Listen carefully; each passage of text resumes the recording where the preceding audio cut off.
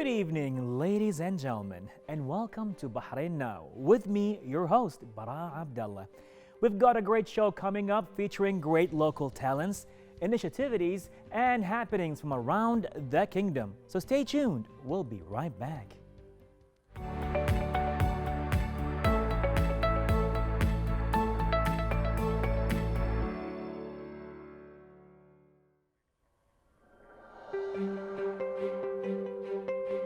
Ladies and gentlemen, and now to more of an educational talk as we have a lecturer from University of Bahrain's Teachers College that has been selected as the coordinator of the Commission on Educational and Research on improving the performance and effectiveness of education in the International Congress for School Effectiveness and Improvement.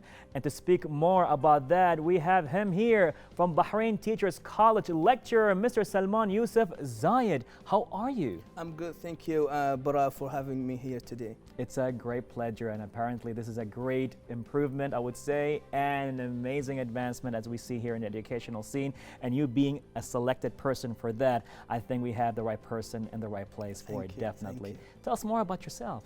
My name is Salman Zayed. I have been working as a lecturer at the Bahrain Teachers College since 2014. Wow. I graduated from the University of Auckland in New Zealand with a bachelor and master's degree in education reforms. Oh, wow, wow. So how long have you been in New Zealand for? I stayed there for roughly 6 years. Wow, that's just a good period. Yeah. That's an amazing I had period. a lot of good memories there. I'm sure you do, I'm sure you do. What made you select education as your main major? To be honest, I was thinking to be a medical doctor, but then back in 2007, I got a scholarship from the Ministry of Education to do my bachelor and master degree in education at the University of Auckland. That I thought about it, and then I thought that maybe going to New Zealand and to experience a very different culture would be maybe an ideal option. And I hope that my choice was correct. I'm glad you did that. I'm glad you pretty much went there and got exposed to new culture, a new way of educating people, a new system, and applying some of that maybe even here and mix it with what's going on here in Bahrain. So that's an amazing thing. So now, as you've been selected, congratulations. Thank you so much. You know, we're proud of that, definitely, as Bahrain is now proud of you for doing that and being selected in the International Congress. How will that improve or show some advancements in the Bahraini educational system? Let me just first give you a brief background about this organization. Yeah, the please. International Congress for School Effectiveness and Improvement, or ICSE, is a prestigious international organization that brings together policymakers, researchers, school leaders, teachers, and even students to engage in critical dialogue about how to improve the quality of education systems around the world. This organization consists of 7 different networks, and each network is concerned about different aspects of education and schooling. Recently, I have been appointed as the co-coordinator of the network that is concerned about the methods of researching educational effectiveness and improvement. And this network brings different stakeholders who are interested in sharing ideas and knowledge about empirical studies and about methods of researching educational effectiveness and improvement. And you know, during the past 2 years, education systems around the world have been challenged to respond to the pandemic and to find or rethink about how to define education equality and how it's evaluated. So the concept of educational equality has been changed due to the pandemic, and our goal is to help education systems to think about that and to adopt new approaches in the post-pandemic era. Amazing, amazing. So I think we're in good hands. That's for sure. That is for sure. Now, just to relate to your topic right now with the pandemic. Now, as you said, and it's obvious pretty much to a lot of people, things have changed. But from your perspective, I would say more of an educational and professional lens right now, through you and through what you've been seeing, how did things really change in the last 2 years? The pandemic shook a lot of grounds, but from an educational point of view, from your perspective, how did it change? You know, Bara, the pandemic has disrupted all the aspects of our life, including the education system. Right.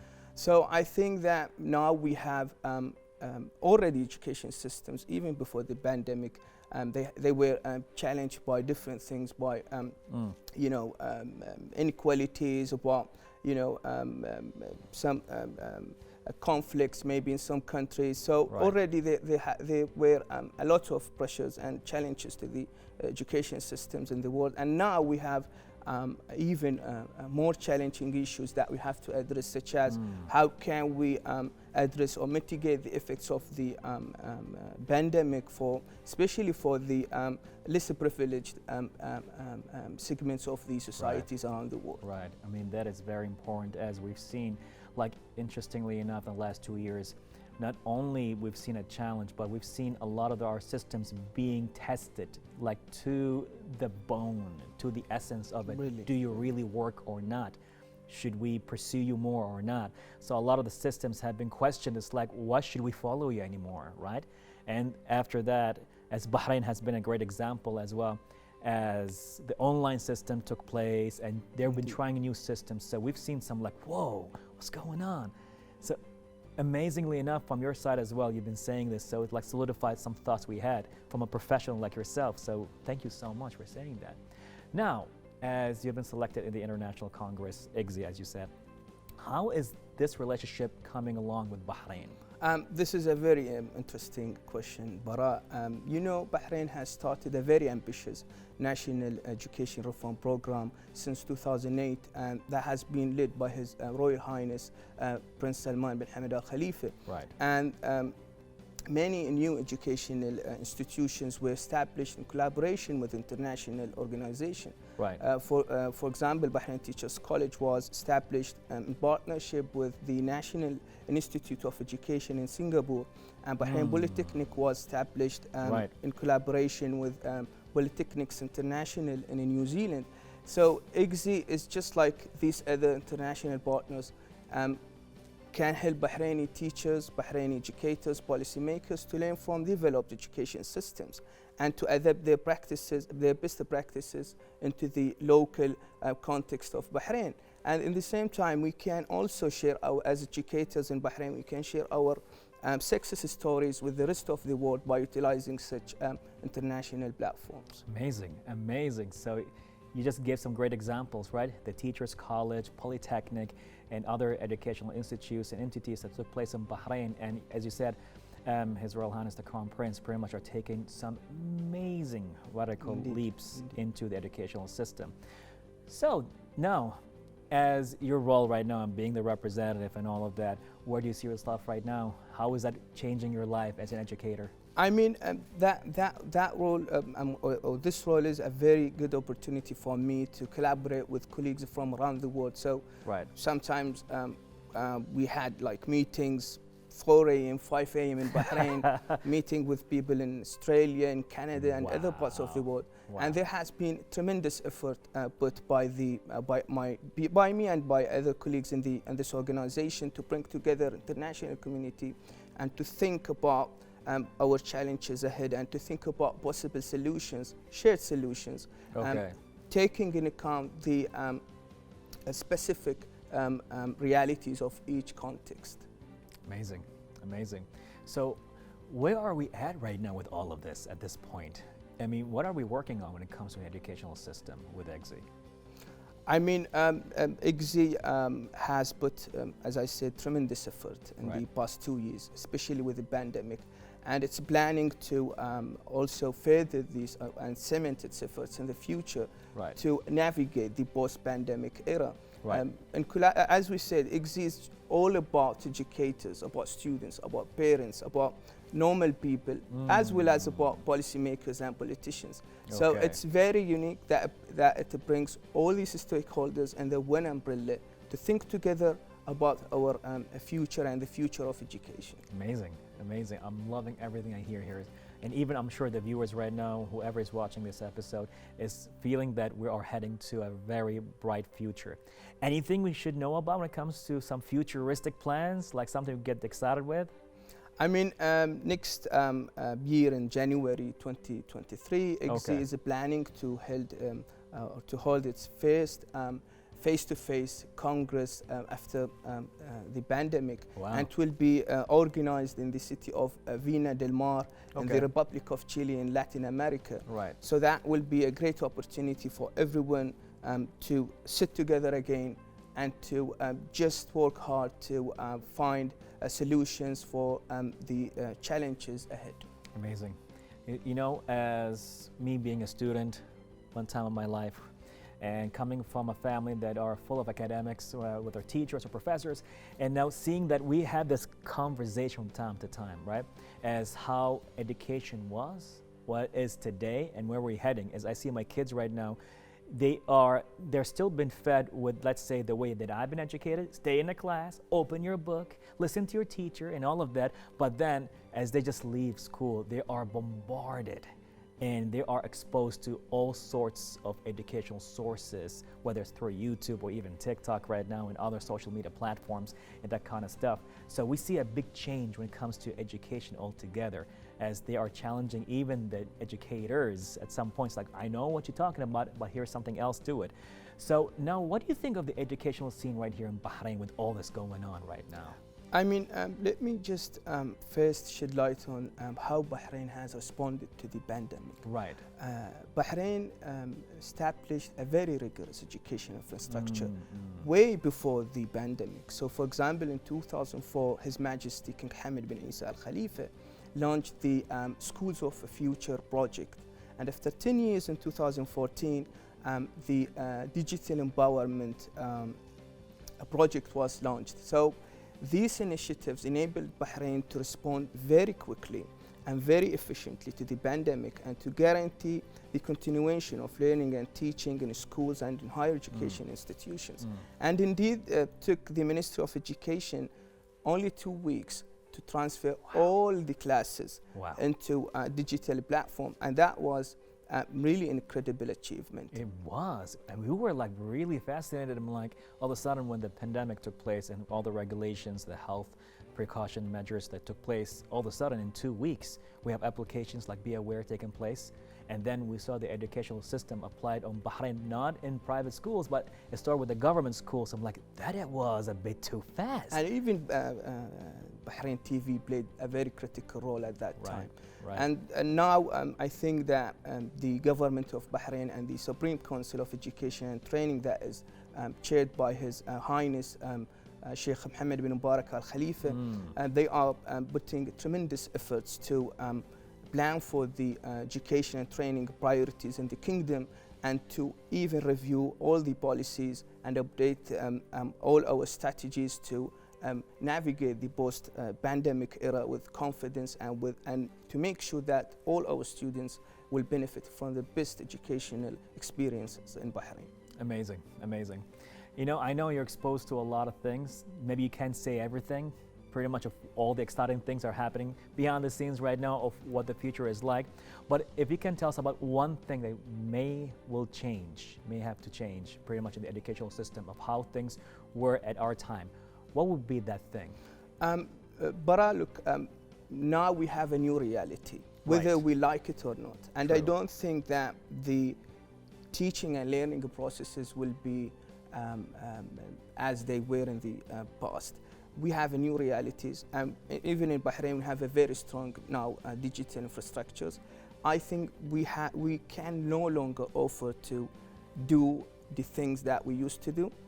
We have to implement new strategies. We have to utilize digital platforms, because the students, as you just said, now they are exposed to TikTok and social media, and they are pretty much want things to be done very fast. So we have to keep pace with the changes that have been happening in the recent years, and to also provide the best experiences for our students. It's amazing, and you know, I couldn't agree more. As one of the examples that I've seen right now, and it happened with my son as well, where they had a gathering in the metaverse, and even before that they got introduced into the blockchain and metaverse world, they had a class in Fortnite. They actually did their homework in Fortnite because it was set, right? You know, hey, we're gonna meet at this time. You open your PS account, you open your Fortnite account, we're gonna meet over there. It's like, Baba, what are you doing? It's like, this is Fortnite. It's like, no, we're doing our homework. I'm like, what are you talking about? That's very so I put the headset on. It's like, they're talking about homework, and they're their avatars over there. So you're absolutely right. As we are heading to a new reality, could be more virtual at this point. We are going to see in all of that, but you're absolutely right. We have to adopt the new system to see how things are on and what's going to happen, and try to pretty much bring the best of the old world to the new world and bring the best of both worlds, I guess. So you are in a definitely very important role. We are so proud of that. Thank you, Bara. So I know we can talk about this forever, but if you're going to leave us with maybe an advice, a tip, or an inspirational line, what's that going to be? I mean, we have to think about our students as unique individuals. Every student brings his own experiences, social and experiences, his personal experiences. So we have to pay attention to each student and find that one thing that really they can be good at in the future. Right. So I think that is the one thing that we have to focus on the individual differences of students and their own and their personal talents and their personal preferences. Right. Music to my ears. Music to my ears. Focus on each person, how he can be unique and different and bring the best out of people, rather than just giving him information whether he's going to receive it or not. I love the sound of that. Mr. Salman, I feel way more relieved. I feel more excited. Me and everybody right now would like to sincerely give us and give you the best gratitude for your amazing effort, for you and your team, for pretty much bringing the best to Bahrain and even the world. Thank you so much for being with us right here on Bahrain Now. It's been a great pleasure. My pleasure. Thank you. Most definitely. Thank you. Well, ladies and gentlemen, with Salman, pretty much we are in good hands when it comes to the educational system, or what's Bahrain gonna be heading to when it comes to education. All that took place right here on Bahrain Now.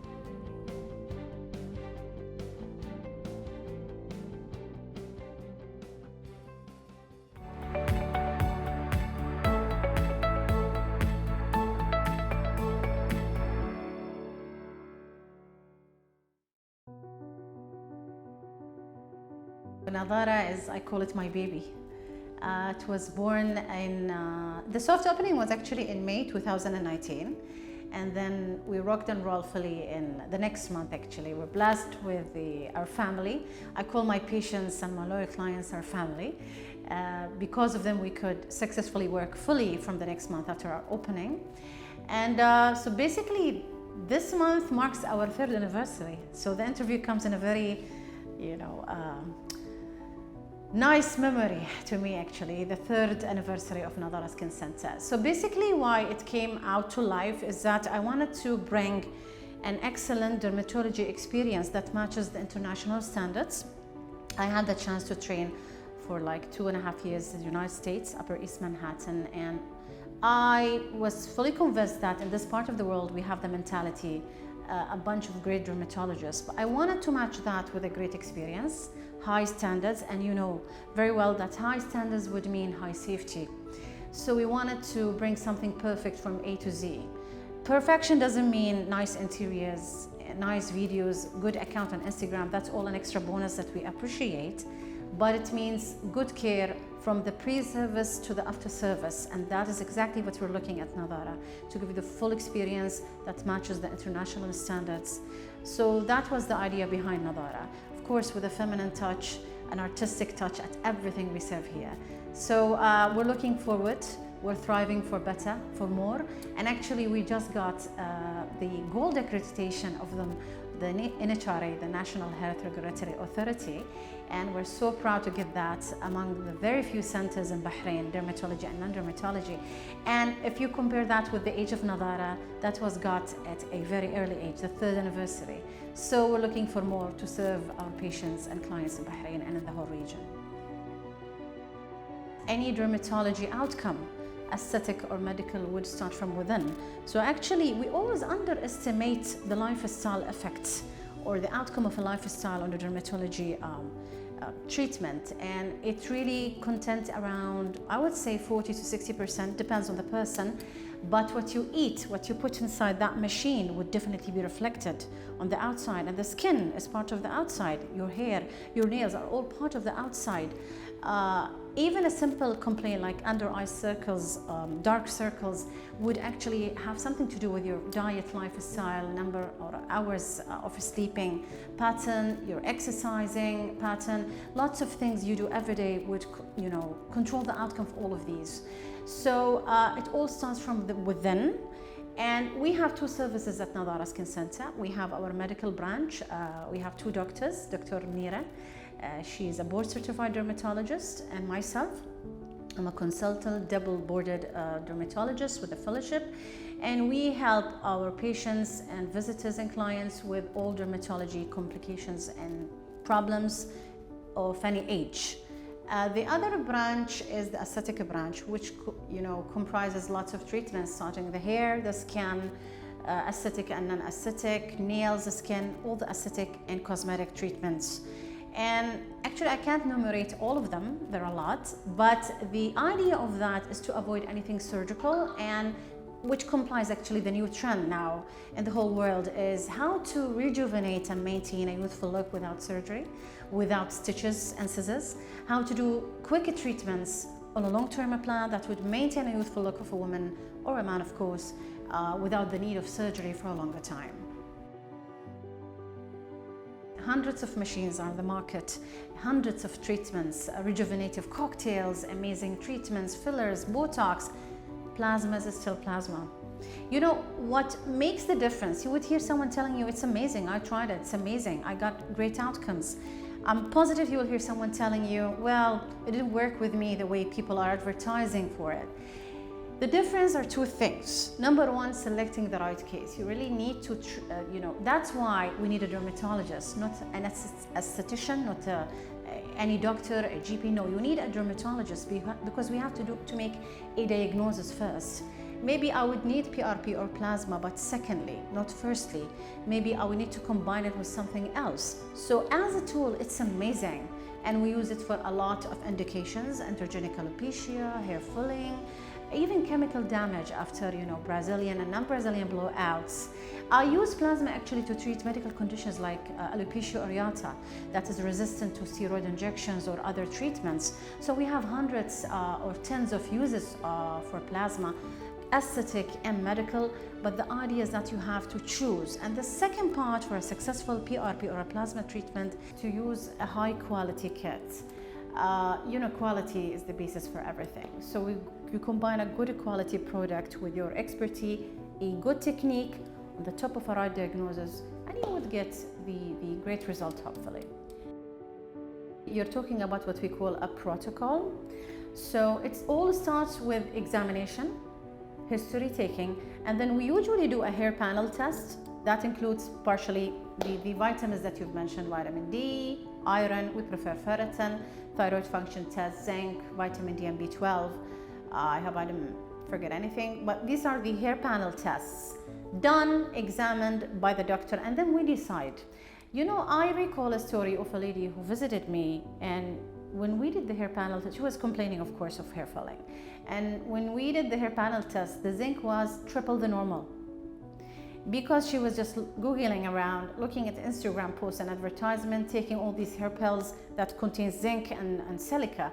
And her problem was simply a thyroid problem.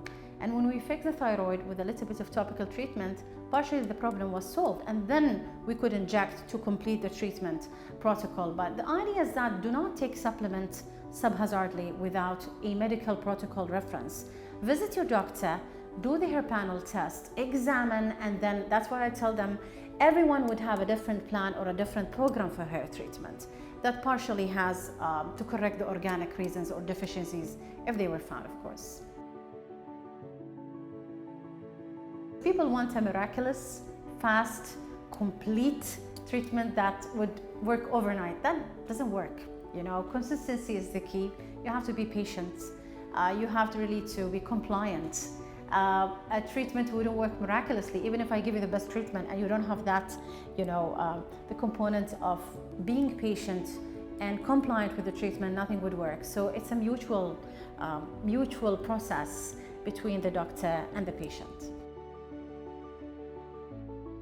We all differ, different ages, different genetics, different backgrounds and different expectations. Let me give you an example.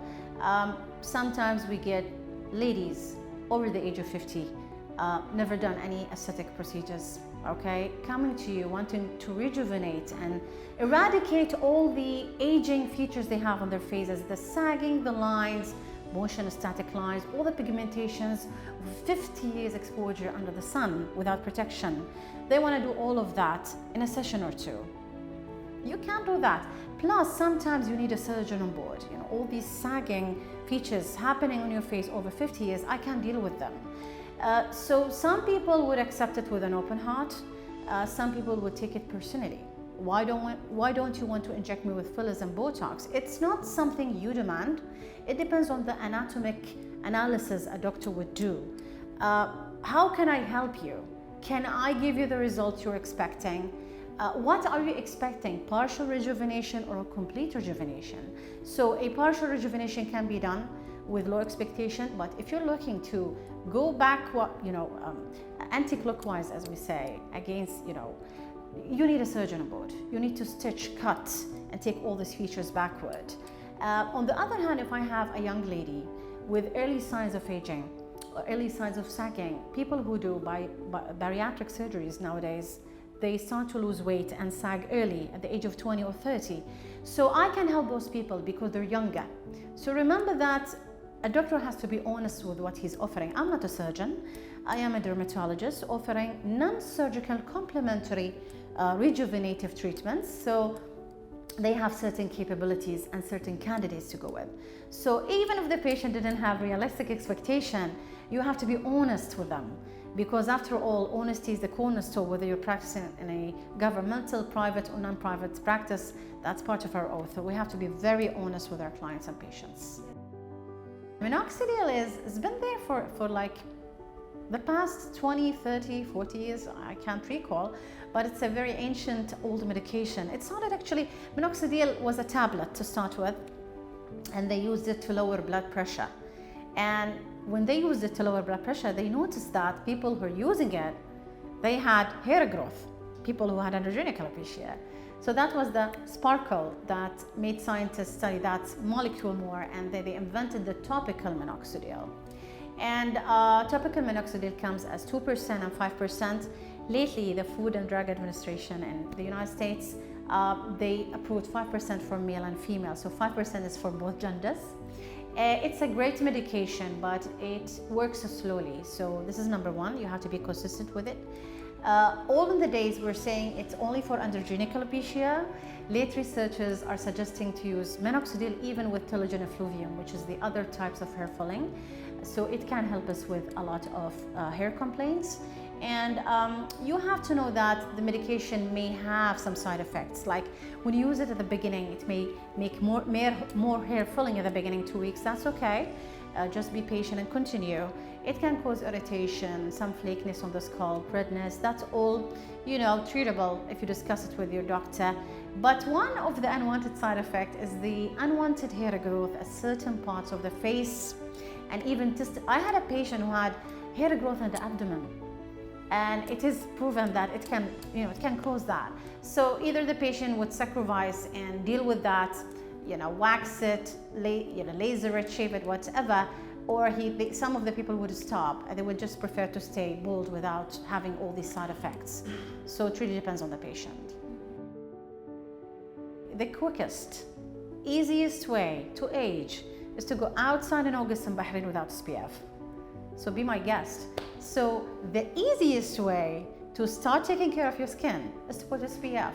You know, I understand that some people would hate to SPF their skins because they would tell you it causes us acne, it blocked their pores, it is so greasy, I can't put it and wear makeup. I understand. It just simply means you didn't choose the right product for your skin. And here comes the importance of a dermatologist. Just consult your doctor. They'll help you to get one that suits your skin. And nowadays, we're blessed to have many products in the market, non-comedogenic. They suit the sensitive skin, and actually some of them are tinted. So you can use them instead of blocking your pores with daily makeup, a habit that we don't like as dermatologists. And we have many SPF products that can work beautifully and blend with every type of skin.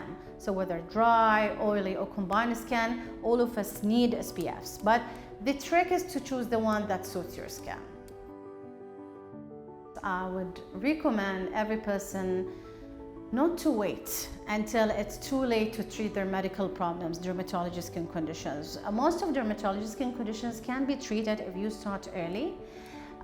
Do not underestimate them, because you know, one study showed that the effect of an extensive psoriasis or an extensive eczema on the body of the patient is almost similar to the effect of depression on a human being, because you cannot maintain your daily lifestyle activities, go back to work with a good mental state. You're scratching all the time. Plus, you know, our skin would be perceived by other people. It's part of our personality and social acceptance, I would say.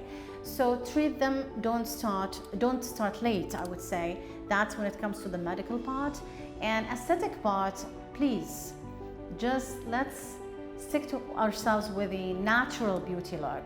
Do not exaggerate. We don't want to see alienized faces walking around. Modesty is the key. The whole world is going more towards a natural, beautiful look. Doing your aesthetic procedures does not mean you're going to change and turn into someone else. Choose your dermatologist and your injector right.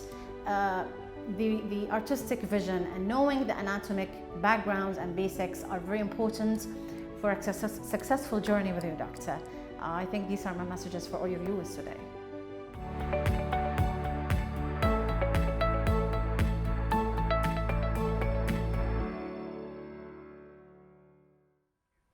Well, everyone, I hope you all enjoyed that episode as much as I did. Don't forget to reach out to us on our social media accounts shown below, and stay tuned for more happening right here on Bahrain Now.